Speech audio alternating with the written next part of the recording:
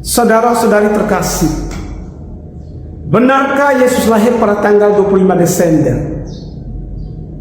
Dan apakah gereja Katolik menyembah dewa matahari?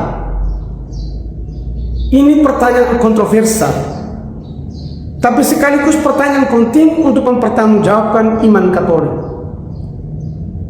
Saya akan menggunakan dua teori, yaitu teori sejarah dan teori komputasi, untuk mempertanggungjawabkan perspektif iman Katolik berkenaan dengan perayaan Natal yang jatuh pada tanggal 25 Desember.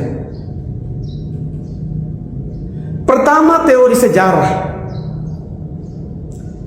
Tanggal 25 Desember merupakan perayaan Dewa Matahari dalam tradisi pagan era Kekaisaran Romawi. Dan festival matahari atau Saturnalia pada zaman itu sering digelar pada pertengahan Desember.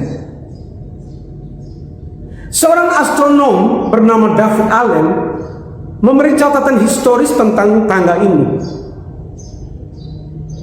Dalam catatan Allen, tanggal 25 Desember secara tradisional merujuk pada pergerakan matahari ke arah utara setelah titik baliknya pada pertengahan musim dingin. Dan tanggal 25 Desember diperkenalkan dalam kalender Kristiani abad ke-4 Masehi oleh Kaisar Romawi bernama Konstantin yang membawakan sinkretisme, yaitu agama Kristen awal dengan sekte Mitraisme.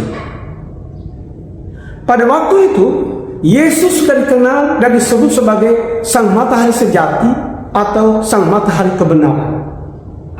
Karena itu, merujuk pada sinkretisme awal, perayaan 25 Desember disebut sebagai perayaan kelahiran Yesus, Sang Matahari Sejati yang tak terkalahkan.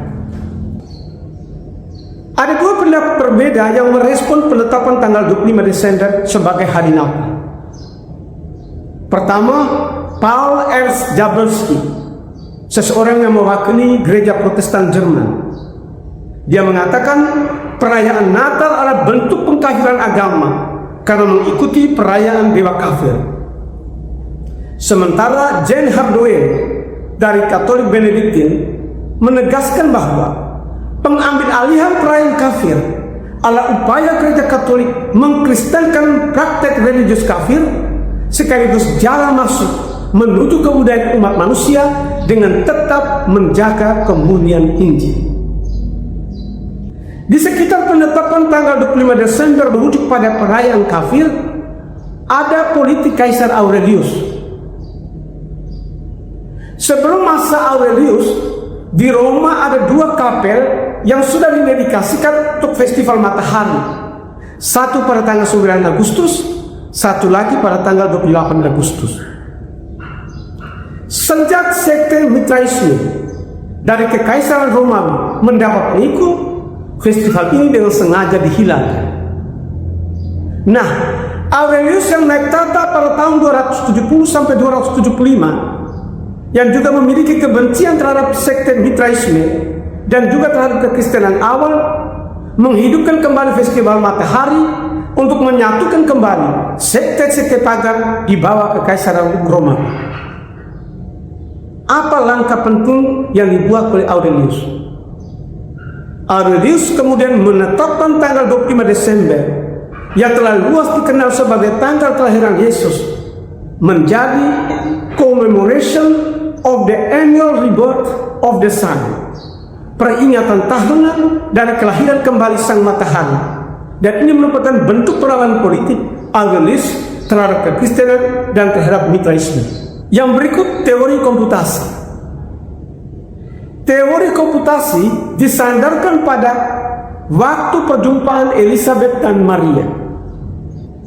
Dalam catatan kitab suci, Elizabeth menerima kabar malaikat saat Zakaria mendapat giliran bertugas di Bait Allah.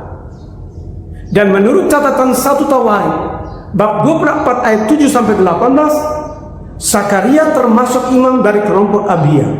Rombongan imam Abia termasuk Zakaria mendapat giliran bertugas pada minggu kedua Tisri atau tanggal 22 September menurut kalender Romawi. Nah, ketika Maria menerima kabar malaikat, dia langsung mengunjungi saudaranya Elizabeth. Perjumpaan itu terjadi pada bulan ke-6 sesudah ia mengandung, yaitu sekitar tanggal 14 Nisan atau tanggal 25 Maret dalam penanggalan Romawi.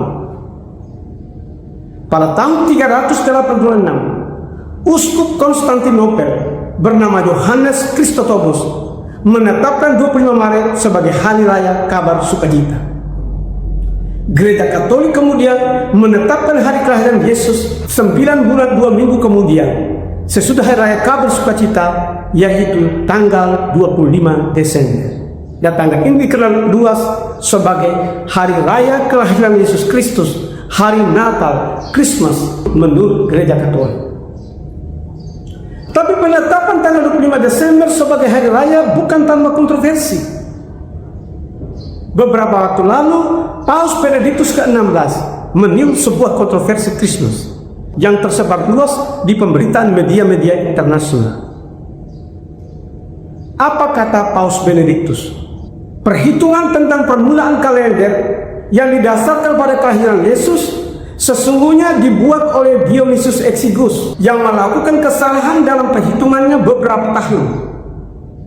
Karena itu menurut Paus, tanggal tepat, tanggal aktual dari kelahiran Yesus seharusnya beberapa tahun sebelumnya. Meskipun demikian, Paus Benediktus menegaskan bahwa Yesus Kristus yang digambarkan di dalam Injil adalah tokoh historis, tokoh real yang telah mengapakkan kaki di bumi dan berbicara kepada orang-orang di dunia ini. Inilah dua teori yang menjelaskan mengapa Gereja Katolik menetapkan tanggal 25 Desember sebagai hari raya kelahiran Yesus Kristus, Sang Penyelamat umat manusia. Yesusku.